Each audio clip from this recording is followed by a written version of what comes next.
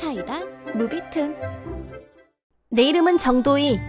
남편 한진수와 두 식구이다. 무책임했던 내 부모님은 어렸을 때부터 육아를 방치했었고 내가 성인이 된 후 자연스럽게 연락이 끊어졌다. 친부모에게 사랑을 못 받았던 나는 결혼하면 시부모님의 사랑을 많이 받고 싶었다. 하지만 현실은 그렇게 쉽게 내 편이 되어주지 않았다. 결혼 후 시댁에 가끔씩 인사를 드리러 갔지만 시어머니는 엄격하고 까다로운 성격이라 대하기가 어려웠다. 시댁에 가면 시어머니는 내가 화장실에 갈 때나 샤워를 할 때나 이유 없이 계속 옆에서 나를 지켜보고 있었다. 특히 시할아버님 앞에서는 내가 특별히 잘못한 게 없어도 야단맞기 일쑤였다. 할아버님, 커피가 좋으세요? 녹차가 좋으세요? 뭐? 잘 안 들려. 좀 더 가까이 와서 말해. 네, 할아버지. 예, 가까이 갈 필요 없이 처음부터 큰 소리로 말하면 되잖아. 큰 소리로 다시 말씀드려. 커피랑 녹차랑 어떤 게 좋으세요? 안 들리니까 가까이 오래도.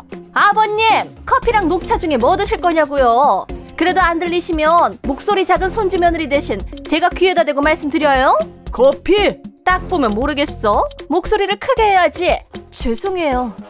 시어머니는 나를 도와주려는 건지 면박을 주려는 건지 늘 헷갈렸고 시어머니와 같이 있으면 기가 빨리는 기분이 들었다. 그런 얘기를 남편한테 하면 엄마가 겉으로만 퉁퉁거리는 거야 라고 가볍게 받아넘길 뿐 하나도 도움이 안 됐고 짜증만 늘었다. 그러던 어느 날 시어머니가 쇼핑을 가는데 남편이 나더러 같이 좀 다녀오라고 부탁을 했고 내키지 않았지만 같이 가게 됐다.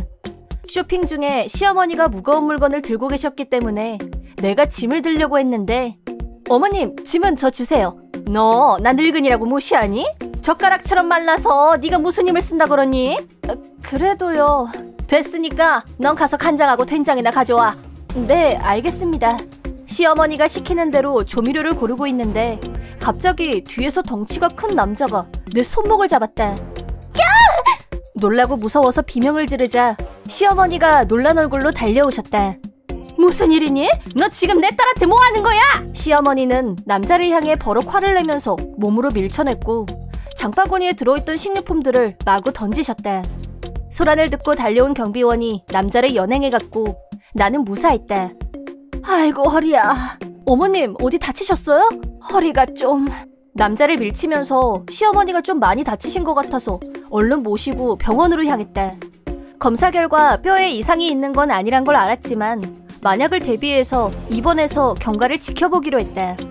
그동안 나를 싫어한다고 생각했던 시어머니의 뜻밖의 행동에 생각이 많아진 나는 시어머니 병실로 향했는데 남편과 시어머니가 나누는 대화 소리가 들려왔다. 너 잘 들어? 네 할아버지하고 도희를 단 둘이 있게 하면 절대 안 된다. 알았지? 알았어요. 걱정 마세요. 일단은 아무 말도 못 들은 척하고 병실로 들어가자 시어머니는 아무 일도 없었다는 얼굴로 여전히 나를 차갑게 대했다. 집으로 돌아간 후 꼬치꼬치 캐묻자 남편이 마지못해서 사실을 알려줬다. 실은 시어머니는 예전에 시할아버지한테 성추행을 당하고 몹시 괴로워하셨는데 시아버지도 가정폭력적이어서 결혼생활 내내 많이 힘들어하셨다고 했다. 나를 감시했던 건 그 두 사람으로부터 나를 보호하기 위한 것이었고 시어머니는 본래 성격이 츤데레라고 남편이 말해줬다. 내가 시어머니를 위하려고 하면 오히려 화를 냈던 건 정말로 연약한 나한테 짐을 들게 할 수 없다는 시어머니의 순수한 마음에서 나온 배려라는 걸 알게 됐다. 또 시어머니는 예전에 유산한 경험이 있었는데 그때 그 아이가 무사히 태어났다면 나와 동갑이었을 거고 그래서 어쩌면 그때 그 아이가 나로 다시 태어나서 이렇게 고부간의 인연으로 다시 만났을지도 모른다고 생각하고 계신다고 했다. 따라서 나를 친딸처럼 생각한다는 걸 남편은 알고 있었다고 했다. 하지만 시어머니는 표현을 못하는 성격이라 나한테는 얘기하지 말라고 하셔서 그동안 남편은 나한테 얘기해주고 싶은 걸 꼭 참고 있었다고 했다. 모든 진실을 알게 된 나는 그동안의 일들을 다시 돌이켜보니 나를 미워하는 줄 알았던 시어머니의 행동이 실은 나를 보호해주고 계셨던 거라고 생각하자 갑자기 눈물이 왈칵 쏟아졌다. 다음날 퇴원 수속을 도와드리려고 병원으로 간 나는 병실에서 시어머니와 단둘이 있게 됐을 때 나를 구해주신 것에 대한 감사 인사와 지금 내 심정을 말씀드리기로 했다. 어머님, 어젠 정말 감사했어요. 인사는 됐고 얼른 집에 가게 퇴원 준비나 해. 잠시만요. 어머니께 드릴 말씀이 있어요. 뭔데? 어제 저를 위해서 몸살이지 않으시는 걸 보면서 앞으로 시어머니가 아니라 친엄마라고 생각하기로 했어요. 내 말을 들은 시어머니는 폭풍 눈물을 흘리면서 좋아하셨고 그 후로는 나한테 말이나 행동 모두가 자상하게 바뀌었다. 퇴원 축하 파티를 열기 위해 시어머니를 우리 집으로 모시고 왔는데 시할아버지와 시아버지가 없는 곳에서 편하게 얘기를 나누자 시어머니는 그동안 자신이 겪었던 성추행과 가정폭력에 대해서 나한테 털어놓으셨다. 시할아버지는 시어머니가 목욕하는 장면을 훔쳐보는 일을 일상처럼 반복했고 시아버지는 그걸 다 알면서도 모르는 척했다고 말씀하셨다. 또 자기가 기분 나쁜 일이 있으면 시어머니한테 욕을 하거나 물건을 던지는 일도 빈번하게 일어난다고 하셨다. 말도 안 돼. 무슨 방법이 없을까? 이대로 그냥 두는 건 어머님한테 너무 가혹하잖아.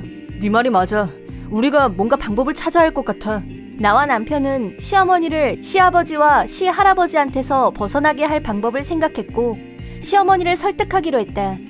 오랫동안 시아버지와 시할아버지의 폭력을 참으면서 살아오신 시어머니에게 이혼을 강력하게 권유하자 처음엔 이제 와서 라고 말씀하시던 시어머니도 점점 생각이 달라지셨다. 우리는 주말마다 시댁으로 갔고 시할아버지가 시어머니한테 폭력적으로 말할 때마다 성추행을 일삼던 인간들이 밑으로 고발당한 얘기를 셋이서 큰 소리로 하거나 대머리인 시아버지가 있는 앞에서 뚜껑이네 개미 운동장이네 하면서 대머리에 대한 웃긴 얘기를 계속했는데 그런 우리한테 시아버지와 시할아버지가 심기 불편한 얼굴을 하기 시작했다.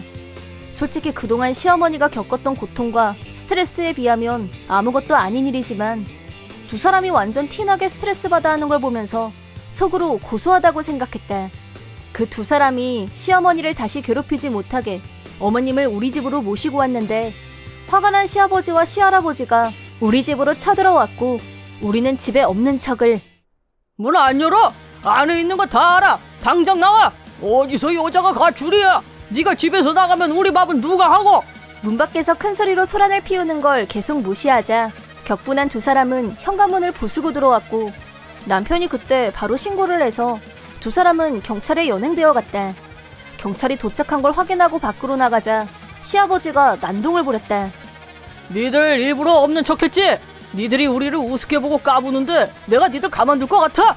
그만하세요. 이제 어머니 좀 그만 괴롭혀요. 진수야 됐어. 당신 잘 들어. 나 당신하고 이혼할 거야. 뭐 이혼? 누구 맘대로? 그럼 앞으로 아버지 감독은 누가 하라고? 내가 하리? 이 문제는 변호사한테 일임할 거니까 나랑 직접 말하는 건 이게 마지막이란 것만 알아둬. 이게 겁도 없이 어디서 변호사 타령이야? 이거 놔! 난 아무 죄 없어! 한바탕 난동을 부린 시아버지는 경찰관에게 진압당한 후 억지로 경찰차에 태워져서 관할소로 이동했다. 그 후 정식으로 이혼이 성립될 때까지 시어머니를 우리 집에서 안전하게 모시기로 했다. 변호사를 선임해서 시아버지와 시할아버지에게 현관문 수리비와 시어머니에 대한 장기간의 가정폭력에 대해서도 위자료를 청구했고 무사히 이혼이 성립됐다. 시댁에서 나온 시어머니께 새로 살 집을 알아보는 대신 우리랑 같이 사는 게 어떠냐고 말씀드렸지만 나 아직 건강하고 멀쩡하니까 걱정 마라 라면서 거절하셨다. 좀처럼 속내를 드러내지 않는 시어머니 성격을 감안하면 나와 남편이 불편할까봐 그러셨을 게 분명했다. 시어머니는 우리 집에서 가까운 곳에 아파트를 얻어서 홀로 서기를 시작하셨다. 시어머니와 나는 둘이서 같이 점심도 자주 먹으러 다닐 정도로 가까워졌고 정말 친모녀처럼 애교도 부리고 편한 사이가 됐다. 시아버지와 시할아버지는 수리비며 위자료까지 갑자기 큰돈을 내고 나니 통장 잔고가 쑥 줄어들어서 형편이 상당히 어려워졌는데 연로한 시할아버지가 거동이 불편해지자 시아버지가 혼자서 간병을 하게 됐다. 시아버지는 몇 번이나 시어머니한테 연락해서 집으로 돌아오라고 애원했지만 시어머니는 딱 잘라 거절하셨다.